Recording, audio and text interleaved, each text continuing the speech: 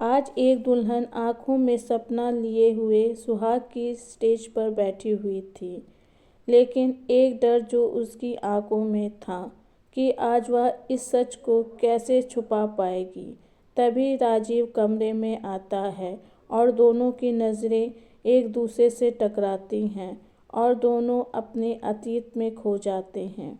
राजीव मल्होत्रा, जिसका बहुत बड़ा बिजनेस था, उसका संपर्क बड़ी बड़ी कंपनियों में से था। उसमें से एक कंपनी जिसके साथ वह डील करने के लिए जाता है।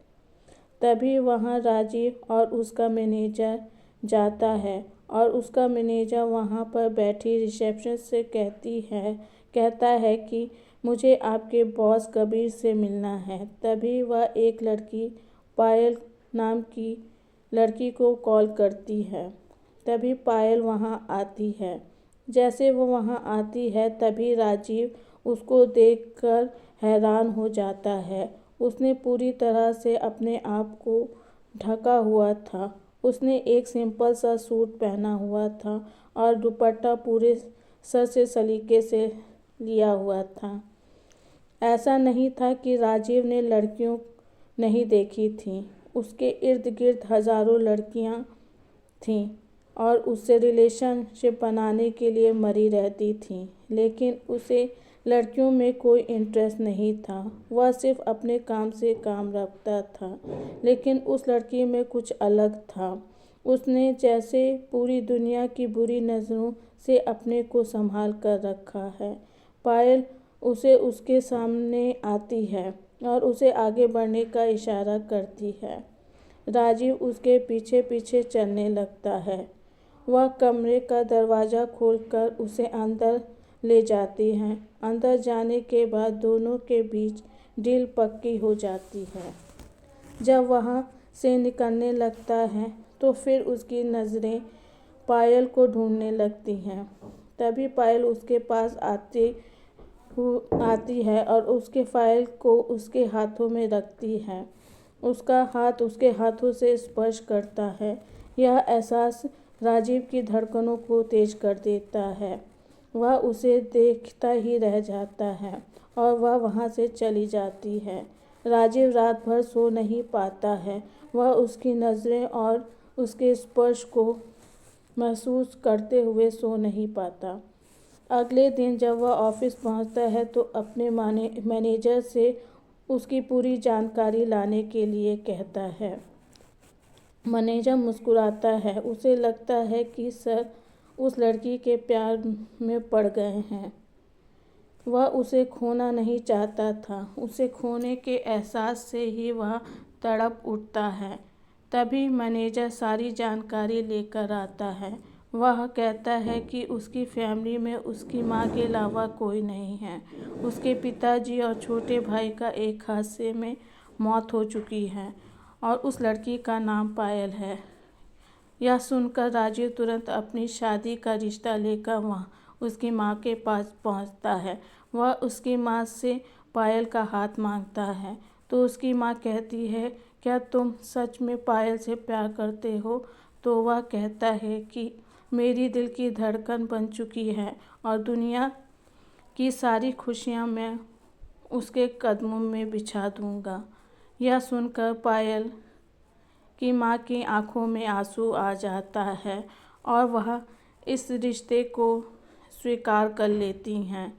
यह सुनकर राजीव भी खुश हो जाता है, लेकिन वह पायल की माँ से कहता है कि इससे पहले आप पायल से भी तो पूछ लें कि वह मुझसे शादी करना चाहती है या नहीं। तो उसकी माँ उसे भरोसा देती हैं कि वो भी शादी के लिए तैयार हो जाएगी। तभी राजीव की खुशी का ठिकाना नहीं रहता है। वह अपने घर वापस चला जाता है। तभी पायल घर आती है। अपनी माँ को इतना खुश देखकर वह अपनी माँ के गले लग जाती है और गले लगकर कहती है कि माँ, आज आप बहुत खुश हैं, इसकी क्या वजह है? तो उसकी माँ उसकी नज़र उतारते हुए कहती है कि मेरी बेटी की खुशियों को किसी की भी नज़र न लगे। यह सुनकर पायल मुस्कुराती है और कहती है कि ऐसी भी क्या बात है माँ। वह कहती हैं कि तुम्हारे लिए एक बहुत बड़े बिजनेसमैन का रिश्ता आया है। उसने खुद आकर सामने से यह रिश्ता मांगा है। वह तुमसे बहुत ज़्यादा प्यार करता है। तो पायल के चेहरे पर भी एक मुस्कान आती है। उसकी माँ उस लड़के का नाम बताती है। वह कहती है कि उसका नाम राजीव है। यह सुनकर वह कुछ सोचने लगती है। वह कहती है कुछ समय पहले मैं उससे मिल चुकी हूँ। यह सोचकर ही उसकी आंखों में शर्म की लाली दिखाई देने लगती है, लेकिन अपनी कमी के बारे में सोचकर वह डर जाती है और अपनी माँ उसकी यह हालत देखकर उससे कहती है कि तुम्हारे बारे में उसे सब कुछ पता है, लेकिन उसे इस पर यकीन नहीं होता है।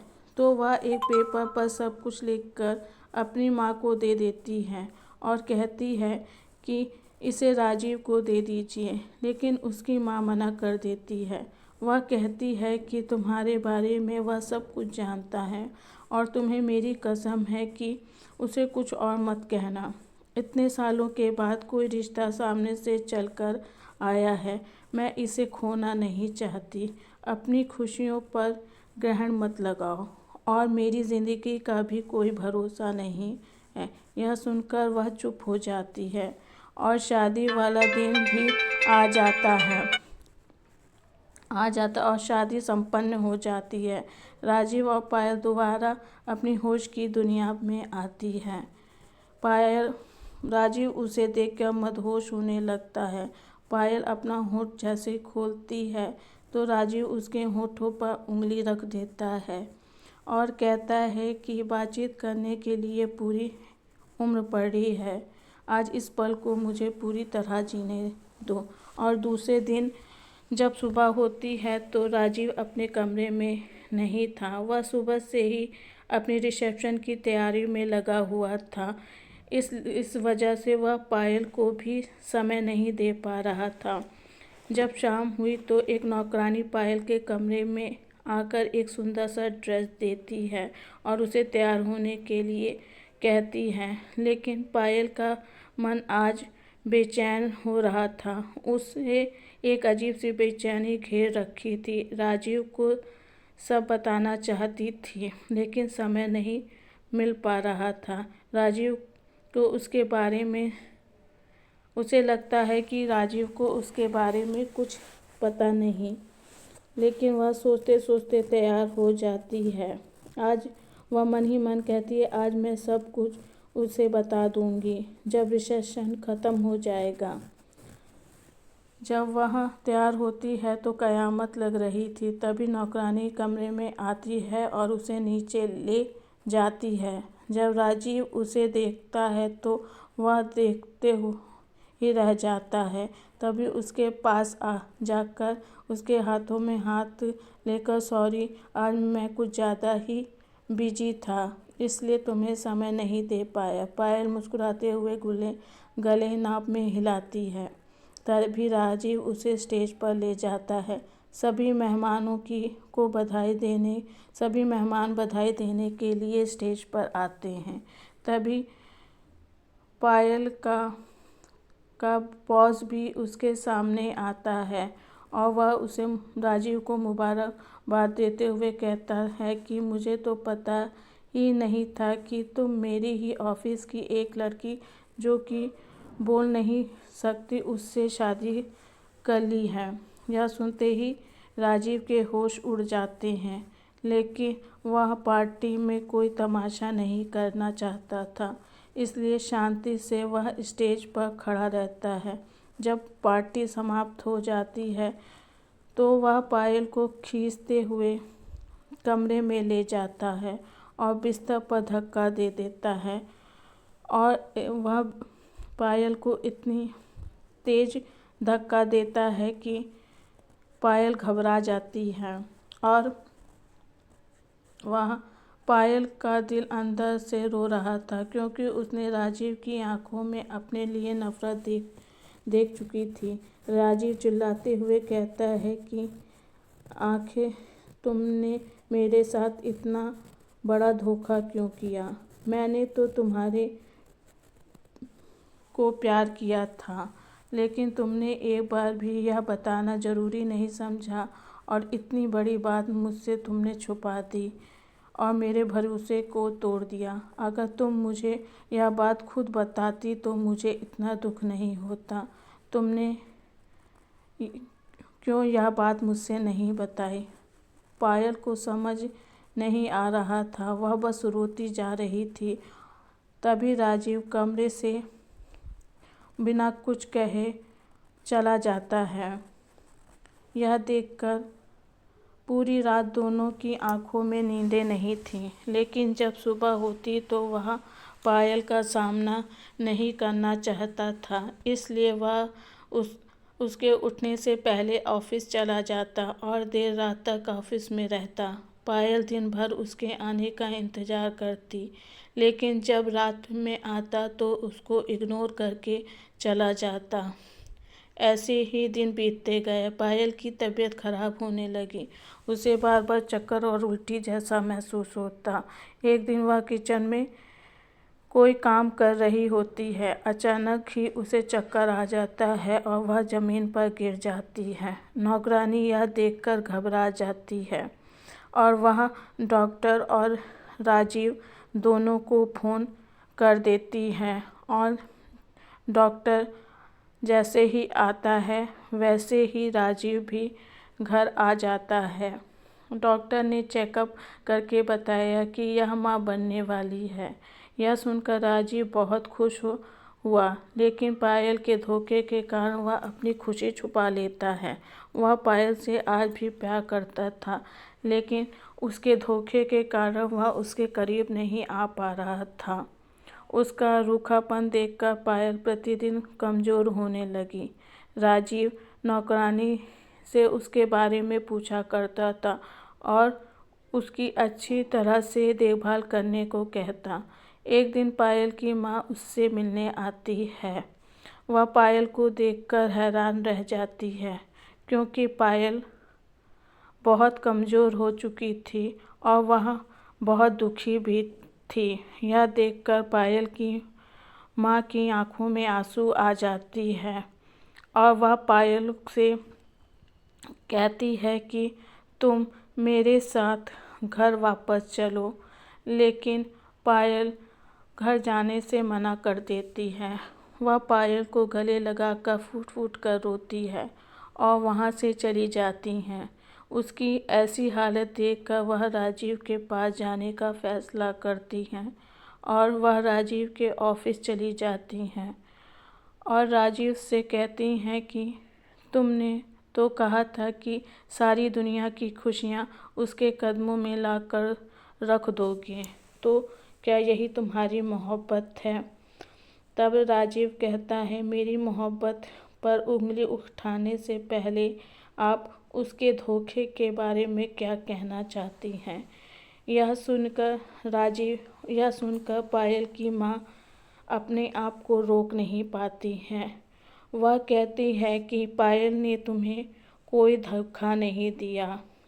उसने मेरी कसम को निभाने के लिए तुमसे कुछ नहीं कह पाई, लेकिन जब मैंने तुमसे पूछा था कि तुमने ही कहा था कि मैंने उसके बारे में सब कुछ जानता हूँ, तो तुम अब अपनी बात से क्यों पीछे हट रहे हो?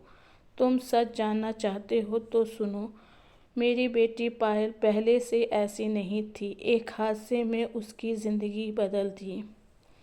हमारे एक छोटा सा हंसता खेलता परिवार था। पायल के पिताजी और उसका छोटा भाई, हम सब लोग अपनी ज़िंदगी में बहुत खुश थे। पायल अपने पापा और छोटे भाई से बहुत प्यार करती थी और छोटे भाई में तो उसकी जान बसती थी। वह हर समय अपने छोटे भाई के साथ खेलती और उसके आगे पीछे रहती थी। एक दिन हम लोग घूमने जाने का प्लान बनाया और अपने कार में बैठकर हम लोग घूमने के लिए निकल पड़े। तभी रास्ते में एक ट्रक जो कि बहुत तेज़ी से आ रही थी, उसने हमारी कार को ठोकर मार दी। हमारी कार एक खाई में जा गिरी। पायल के पिताजी की तुरंत मृत्यु हो गई और पायल का छोटा भाई जो कि पायल की गोदी में सर रखकर दीदी दीदी बोलते हुए मर गया। उसी दिन से पायल ने बोलना छोड़ दिया। वह चुप चुप रहने लगी और धीरे धीरे उसकी आवाज़ भी चली गई। उसने दोबारा बोलने की कोशिश भी नहीं की। मैंने उसे कई डॉक्टरों को दिखाया, लेकिन सब डॉक्टरों ने एक ही जवाब दिया, जब तक वह खुद से कोशिश नहीं करेगी तब तक कोई भी डॉक्टर उसका इलाज नहीं कर पाएगा। यह सुनकर मेरी सारी आशाएं टूट गईं। मैंने कई बार कोशिश की, लेकिन वह दोबारा बोलना नहीं चाहती थी। यह सुनकर राजीव की आंखों में आंसू आ जाते हैं। तभी राजीव का फ़ोन बजता है। दूसरी तरफ से नौकरानी की घबराई हुई आवाज़ आती है। वह कहती है, मैडम सीढ़ी से फिसल गई। तभी राजीव का दिल धड़कना भूल जाता है। वह और उसकी माँ हॉस्पिटल पहुंचती है। राजीव उसे देखकर फूट फूट कर रोने लगता है और उसका हाथ पकड़कर अपनी गलतियों के लिए माफ़ी मांगने लगता है और वह तभी पायल की आँख खुलती है। वह तड़प कर उसे अपने सीने में से लगा लेता है कि तुम्हें खो देने वह कहता है कि तुम्हें खो देने के एहसास ने मुझे तोड़ दिया। तभी पायल राजीव का नाम लेती है तो वह चौंक जाता है। तभी नर्स उसके पास एक बच्चा लेकर आती है और उन्हें बधाई देते हुए कहती है कि यह तो बहुत बड़ा करिश्मा है कि आपकी बीबी की आवाज़ वापस आ गई। शायद सीढ़ी से गिरने और अपने बच्चे को खो देने के डर से वह दोबारा बोल पड़ी। यह सुनकर राजीव अपने बच्चे को लेकर रोने लगता है और पायल के माथे पर किस करके उसका और भगवान का धन्यवाद करता है। वह लोग वापस घर आ जाते हैं। पूरा घर रोशनी में डूबा हुआ था और पायल भी बहुत खुश थी। पायल की खुशी को देखकर राजीव के भी होठों पे मुस्कान आ जाती है और पायल अपने कमरे में जाती है। तभी पायल जब कमरे में आती है तो राजीव उसका हाथ थामते हुए कहता है कि आज तुमने मुझे और मेरी ज़िंदगी को पूरा कर दिया। तब पायल उसके होठों पर अपना हाथ रख देती है और कहती है कि आपकी ही मोहब्बत ने ही तो मुझे नई ज़िंदगी दी है। धन्यवाद दोस्तों। अगर आपको मेरी ये स्टोरी अच्छी लगी हो तो मेरे चैनल को प्लीज़ सब्सक्राइब करना मत भूलिएगा और एक प्यारा सा कमेंट भी ज़रूर भेजिएगा। धन्यवाद।